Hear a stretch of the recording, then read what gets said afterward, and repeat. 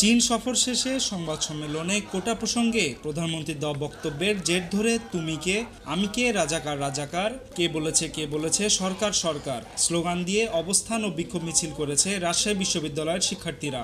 মুক্তিযোদ্ধাদের নাতিপুতিরাও পাবে না, তাহলে কি রাজাকারের নাতিপুতিরা পাবে? সোমবার দুপুরে তারা বিশ্ববিদ্যালয়ের প্যারিস রোডে একত্রিত হয়ে বিক্ষোভ শুরু করে। তাদের সাথে আন্দোলনে যুক্ত হয় রাজশাহী প্রকৌশল ও প্রযুক্তি বিশ্ববিদ্যালয় সহ বরেন্দ্র বিশ্ববিদ্যালয়ের শিক্ষার্থীরা।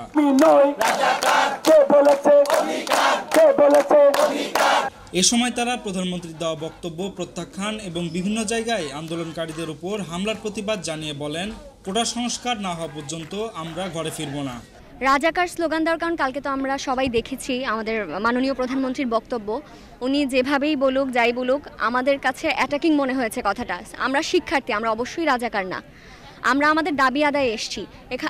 আমাদের কিন্তু আমরা মুক্তিযোদ্ধাদের অবমাননা করছি না, তাদের সম্মান আমরা অবশ্যই করি, তাদের মর্যাদার তুলনা আমরা করতে পারবো না। তারা উপরে আছেন, তারা অবশ্যই উপরে, কিন্তু এই কোটার সাথে আমরা তাদেরকে মিলিয়ে ফেলতে চাই না।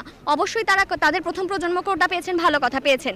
এখনকার এই পর্যায়ে এসে মুক্তিযুদ্ধের 50 বছর পরে এখনও যদি আমরা সেই তাদের নাতি নাতনি, তারপর তাদের পুতি, তারপর যা যা আছে হোয়াটএভার, ছাতি লাঠি, তাদের পরবর্তী আরও 10 জেনারেশনকে কোটা দিয়ে যায়, সেটা আমরা অবশ্যই চাই না।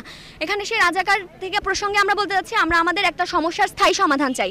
ডাক্তার যদি রোগীকে ওষুধ দেয় 2 দিনের জন্য, 6 দিনের জন্য, রোগী যদি আবার অসুস্থ হয়ে যায় তখন কি ডাক্তারের দায়ভার থাকে না? অবশ্যই থাকে।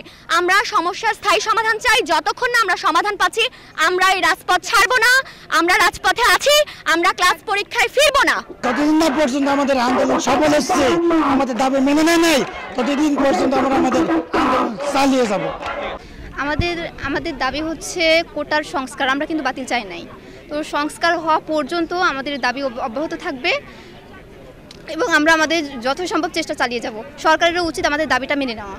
সরকার প্রধান হিসেবে মাননীয় প্রধানমন্ত্রীর যে গঠনমূলক সমালোচনা করার দরকার ছিল এবং ছাত্র সমাজকে ঠান্ডা করার মতো ওনার কাছ থেকে যেরকম স্টেটমেন্ট আমরা আশা করেছিলাম, উনি সেটা দেননি। তো এরপর থেকে আমার মনে হয়েছে গতকাল থেকে আমরা আরও আন্দোলন যতটা না ছিল তার থেকে বেশি বেগবান হয়েছে এবং সর্বসাধারণ, এবং এই আন্দোলন শুধুমাত্র এখন ছাত্রদের মধ্যে নাই। আমি দেখছি যে রিক্সাওয়ালা মামারা বলেন, আমাদের হলের বাইরে যারা বাজার নিয়ে বসে তারা বলেন, সর্বসাধারণের মধ্যে এটা ছড়িয়ে গেছে। প্রধানমন্ত্রী অনতি বিলম্বে আমাদের তার এই বক্তব্যটা একটু প্রত্যাহার করে নেবেন, তাহলে আমরা আমাদের এই কর্মসূচিটাকে এক দফা এক দাবির মধ্যেই সীমাবদ্ধ রাখবো। কিন্তু রাজশাহীতে কোনো তেমন বাধা পাইনি। আর প্রধানমন্ত্রীর কাছে আমাদের একটাই দাবি, আমাদের কোটা প্রথা বাতিল করতে হবে, শিক্ষার্থীদের দাবি মানতে হবে, না হলে আমরা আমাদের দাবি চালিয়ে যাব, রাজপথ থেকে আমরা ফিরবো না।